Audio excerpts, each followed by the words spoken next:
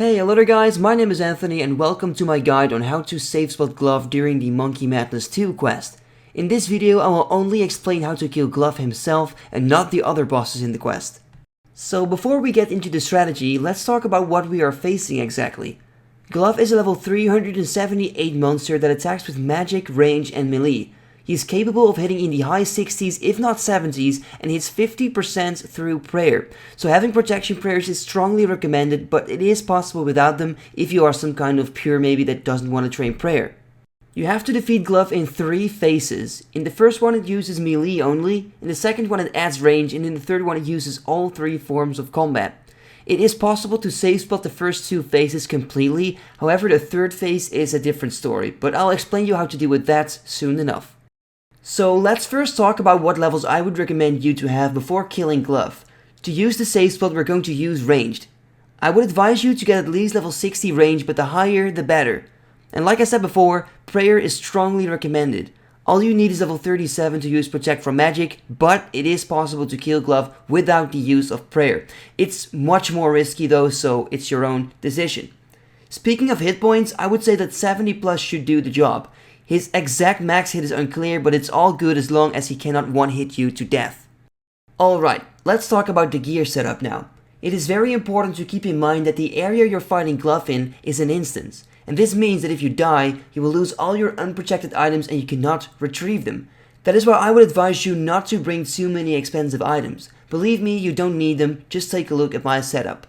I'm using black dragonhide, and if you are 60 range then simply use red dragonhide, an archer's helm, Emmy of Glory, snakeskin boots, Barrow's gloves, Ava's accumulator, a ring of recoil, and dark bow with dragon arrows.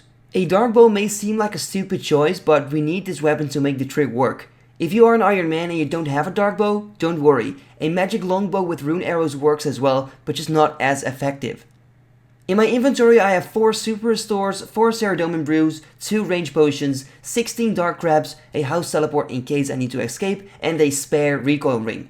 If you can't afford all of these items, or if you're an Iron Man and you cannot get them, then try to use different supplies to make it look like this as much as you can. For example, use sharks and pineapple pizzas for food, prayer potions instead of super restores, and defense potions instead of Ceradomin brews. Well, that's about it for the gear setup, so I guess let's go and start the fight. Like mentioned before, Glough has to be killed in 3 phases. The first one is the easiest because he can only attack you with melee. Just wait until he becomes aggressive or attack him and he will follow you. Now simply run away and Glough will get stuck between the walls. You can now attack him with your bow and he won't be able to fight back. Now just wait until he has 75% of his health left and that will trigger phase 2. In this phase, Glough uses a ranged attack. Unfortunately, it has no effect to use protect from missiles here, so you can leave prayer for what it is. The trick you need to know here is simple. Glough, his ranged attack can reach you on a maximum of 9 squares away. A dark bow or magic longbow has an attack distance of 10 squares.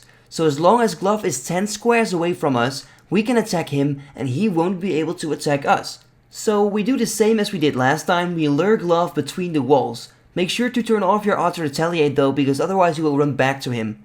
In the room we are currently standing, you can see small rocks on the south near the wall. You can see some grey rocks, but there is also one black rock. Now if you draw a line starting at this black rock to the north, you have the exact line where Glough is able to attack you. It is important to stand exactly 1 tile behind this line to the east.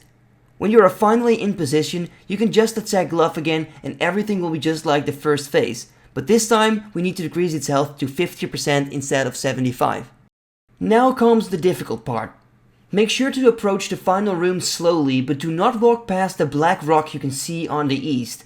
If you go past this tile, Glough will pull you into the room to melee distance and will probably crush you. The plan here is as follows. We put on protect from magic, attack Glough once and directly spam click on the minimap to run back. This way Glough tries to teleport you into the room only once, but you will be able to slip away. However, his teleport attack does damage, so that means that every time we attack Glough once, he can also attack us once. And that is the reason why we are using a dark bow. A dark bow shoots 2 arrows at once, making this a huge advantage. It doesn't matter that the dark bow is a slow weapon since we are not constantly attacking anyways. Also, the special attack with dragon arrows guarantees a minimum hit of 16, which is always welcome. Last but not least, we also have our rings of recoil to help out a little. I mean, it could mean the difference between killing Glough or getting killed. This same method can also be used with a magic longbow, maybe for Iron Man accounts or if you cannot afford a dark bow. Now just repeat this process and every now and then use your potions and eat some food. Just make sure that every time you attack Glough, you're 1 square behind the black rock. As soon as you see the animation of your range attack, you spam click on the minimap to run back. I would also recommend you to put your bow on accurate because it improves the chance of dealing damage to Glough. Well, I guess that is about it. You should be able to kill Glough very easily this way to complete Monkey Madness 2. I would like to give credit to Horseboy, and I will link his channel down below in the description, since this idea is not originally mine, but I improved it a little. If you have any more questions, feel free to leave them in the comment section down below, and that is it for today. So thank you very much for watching, drop a like if you enjoyed, and see you next time, bye bye.